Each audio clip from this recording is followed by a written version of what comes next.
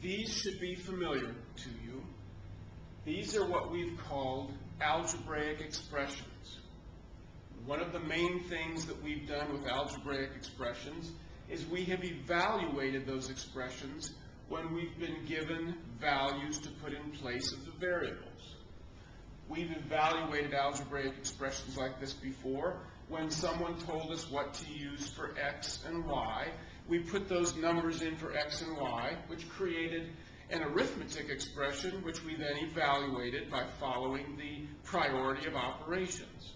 So we've worked with algebraic expressions before. Well, there is a group of algebraic expressions that have special characteristics, and we want to focus our attention on that group. And the real key characteristic is that those special algebraic expressions, which we call polynomials,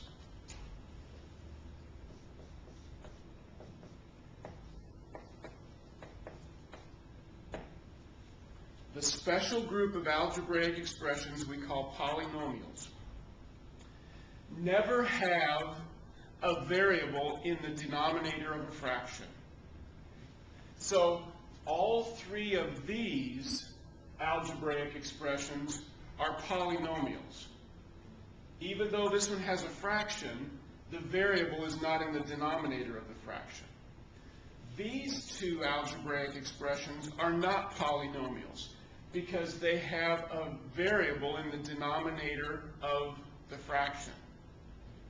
So if there's no variable in the denominator of a fraction, we call that algebraic expression a polynomial.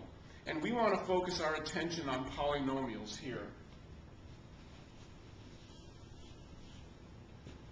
I want to give you a little more vocabulary besides the idea of the polynomial. Just remember, the polynomial is an algebraic expression in which you have no variable in the denominator of a fraction. You can have fractions, you just can't have the variable in the denominator of a fraction of a polynomial.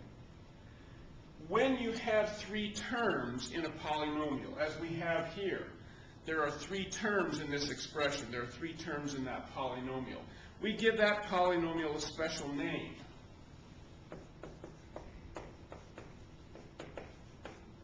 We call it a trinomial. And you can see where the name comes from. Tri, the prefix tri, means three. There are three terms in this polynomial. A two-termed polynomial, well, you can probably guess what the name was going to be for a two-termed polynomial. The prefix bi means two. There are two terms in that polynomial. And a one-termed polynomial is called a monomial.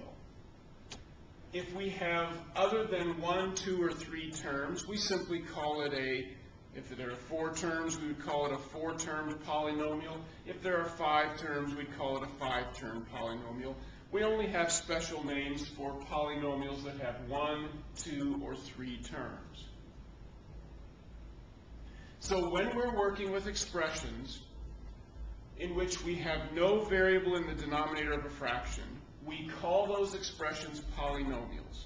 If there are three terms, we call it a trinomial. If there are two terms, we call it a binomial. If there's only one term, we call it a monomial.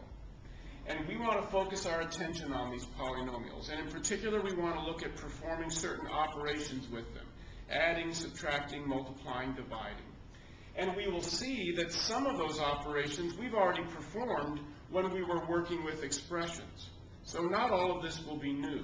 But there are several things that are new and several things that are really very important for us to learn about working with polynomials before we go on to our next step in algebra.